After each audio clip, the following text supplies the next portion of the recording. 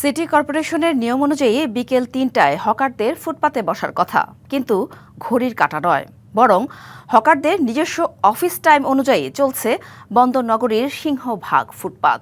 মেয়রের কড়া হুঁশিয়ারি আর উচ্ছেদ অভিযান সবই যেন থমকে আছে এক অদৃশ্য সিন্ডিকেটের ইশারায়। হকার ঠেকাতে নগর সরকার ব্যবস্থা চালু করে সিটি কর্পোরেশনের ক্ষমতা বাড়ানোর তাগিদ নগর পরিকল্পনাবিদদের। মাসখানেক আগে নগরীর নিউ মার্কেট এলাকায় হকার উচ্ছেদে গিয়ে এভাবেই হকার বসার নতুন সময় বেঁধে দেন city mayor doctor Shahadat Hossain. কিন্তু নগরীর চিত্র বলছে ভিন্ন কথা। মেয়রের আদেশকে বৃদ্ধাঙ্গুলি দেখিয়ে সকাল 10টা বাজতেই ফুটপাতে পসরা সাজিয়ে বসে যান হকাররা। New Market, Station Road, Andarkilla কিংবা জিসি মোড়, সব এলাকার চিত্র একই। হকারদের এই অব্যবস্থাপনার কারণে ভোগান্তিতে পড়তে হচ্ছে পথচারীদের। নিয়ে আসতে হয়তো স্কুলে ঢুকতে সমস্যা হয়, ওরা বসেই যায়, এটা নিয়ে আমাদের সমস্যা হয়। উপর থেকে যতক্ষণ বলে ততক্ষণে ঠিক থাকে, এরপর আবার উঠে যায়, আবার বসে যায়, এরকম।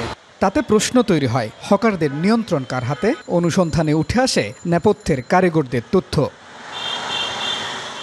নগরীর হকারদের নিয়ন্ত্রণ বেশ কয়েকটি প্রভাবশালী সিন্ডিকেটের হাতে। তাদের নিয়মিত চাঁদা দিয়ে ফুটপাতে বসাতে হয় দোকান, বিনিময়ে অভয় পান ইচ্ছে মতো সময়ে দোকান পরিচালনার। ফলে মেয়রের নির্দেশনার চেয়ে এই সংগঠনের অঘোষিত নিয়মই হকারদের কাছে বেশি কার্যকর।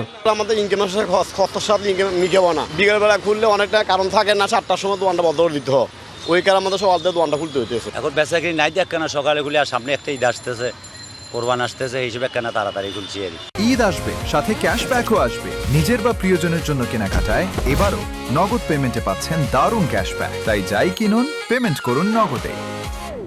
নগর পরিকল্পনাবিদরা বলছেন, হকার ঠেকাতে প্রয়োজন নগর সরকার ব্যবস্থা এবং সিটি কর্পোরেশন ও আইন প্রয়োগকারী সংস্থার সমন্বয়। উৎখাত হয়ে গেলে তাদের জীবন ধারণ, যেহেতু তাদেরকে আপনি বসতে দিয়েছে দিনের পর দিন, তারা এটার উপর ডিপেন্ডেন্ট হয়ে গেছে, হঠাৎ উৎখাত করলে তাদের পরিবার পরিজন নিয়ে কষ্ট করবে। সেজন্য একটা ম্যানেজ করে করার জন্য সিটি কর্পোরেশন উদ্যোগগুলি নিচ্ছে। এদিকে নির্দেশনা অমান্যকারীদের বিরুদ্ধে আরও কঠোর হওয়ার বার্তা সিটি মেয়রের। ফুটপাত দখল না করার জন্য এটা জনগণের এটা অধিকার, জনগণ হাঁটার। আমরা প্রথমে তাদেরকে বুঝাবো, এরপরে না বুঝলে হয়তোবা পানিশমেন্টও না হলে পরে হয়তোবা তাদেরকে কারাগারেও যেতে হতে পারে। নির্দেশনা আর বাস্তবতার এই রশি টানাটানিতে ভোগান্তি শুধু সাধারণ মানুষের। অন্যদিকে অব্যাহত চাঁদাবাজিতে পকেট ভারী হচ্ছে কিছু সংগঠনের। বন্দরনগরীকে প্রকৃত অর্থেই বাসযোগ্য করতে হলে ফুটপাত দখলমুক্ত করার এই লড়াইয়ে শেষ পর্যন্ত কে জেতে, প্রশাসন নাকি দখলদার সিন্ডিকেট, সেটি এখন দেখার বিষয়। Mujibul Haque, DBC news, Chittagong.